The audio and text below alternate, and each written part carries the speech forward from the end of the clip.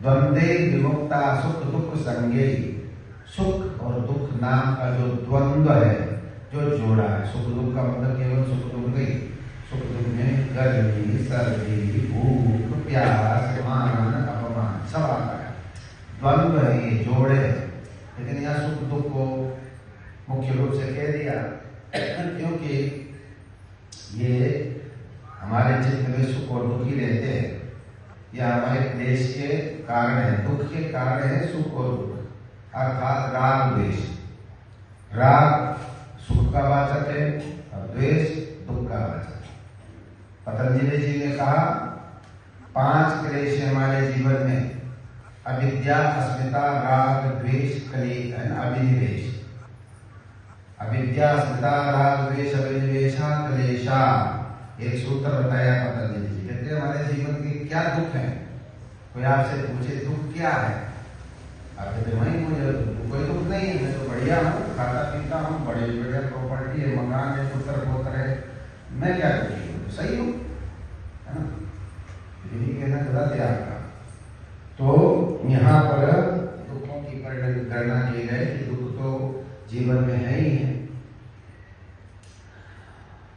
तो यहाँ भगवान कहते हैं देखो, व्यक्ति सुख दुख मान अपमान ये सब उसको लगा हुआ है। मैं कर रहा था राग द्वेष की बात। तो राग द्वेष को पतंजलि जी ने बहुत बड़ी बीमारी बताई। दुख का कारण है राग और द्वेष। अविद्या तो है ही, अविद्या माने चित्त के अंदर अंधकार होना, ज्ञान नहीं होना। तमोगुण रजोगुण जब रहता है तो ज्ञान नहीं होता चित्त के अंदर, उसके अंदर चेतना का बहुत अभाव होता है। पशुओं में चेतना नहीं है, शरीर तो उनका भी, वो भी खाते पीते हैं, सब चीज मनुष्य की तरह ही उनका क्रियाकलाप, लेकिन उनके अंदर चेतना का अभाव है, समझ की कमी है। इसलिए अविद्या तो सब में है। जब तक हम योगी नहीं बन जाते, समाधि की अवस्था को प्राप्त नहीं करते, तब तक हम अविद्याग्रस्त ही रहते हैं। अविद्या अस्मिता, फिर पतंजलि जी ने कहा जड़ और चेतन की गांठ है। हमने के अध्याय में पढ़ा था क्षेत्र क्षेत्र के विभाग, वो जड़ और चेतन की गांठ का ही वर्णन था उसमें। तो उसको कहते अस्मिता। अस्मिता का मतलब मैं हूं, अब मैं क्या हूं ये नहीं पता, मैं प्रकृति हूं या पुरुष हूं, ये आत्मा हूं या मैं बुद्धि हूं, ये ज्ञान नहीं है। बुद्धि कहती नहीं हम समझदार है, हमने सब कुछ किया, बुद्धि कहती, जबकि वो है ना अज्ञानी है, उसको अज्ञानी कहा गया, उसको जड़ कहा गया है। क्यों जड़? उसको कहते हैं जो अपने बारे में न जाने, जिसको अपने चरित्र के विशेषता के बारे में ज्ञान ना हो, उसको कहते हैं जड़।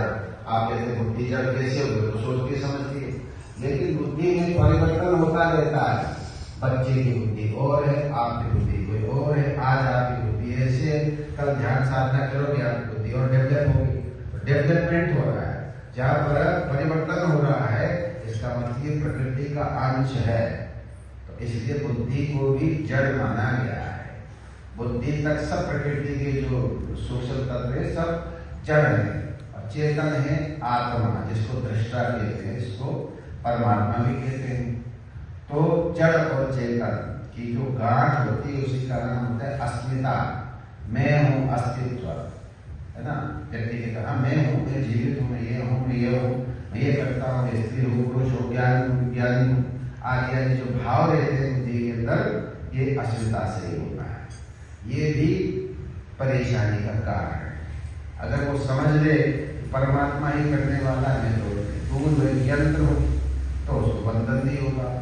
लेकिन जीव कहता है मैं सब कुछ हूँ, परमात्मा के अस्तित्व को मानता ही नहीं। अरे भाई, परमात्मा के उसमें रहते हो तुम, कंट्रोल में रहते हो, परमात्मा की शक्ति से सब कुछ हो रहा है, लेकिन उस परमात्मा की जीव अवहेलना करता है, उसको मानने को तैयार है नहीं। मतलब मैं मेरा खुद है, मेरी अपनी उससे ही, मेरा अपने ही साम्राज्य है, ये बुद्धि बताती है। लेकिन ना ये उसकी गलत फहमी है, वो कुछ भी नहीं है।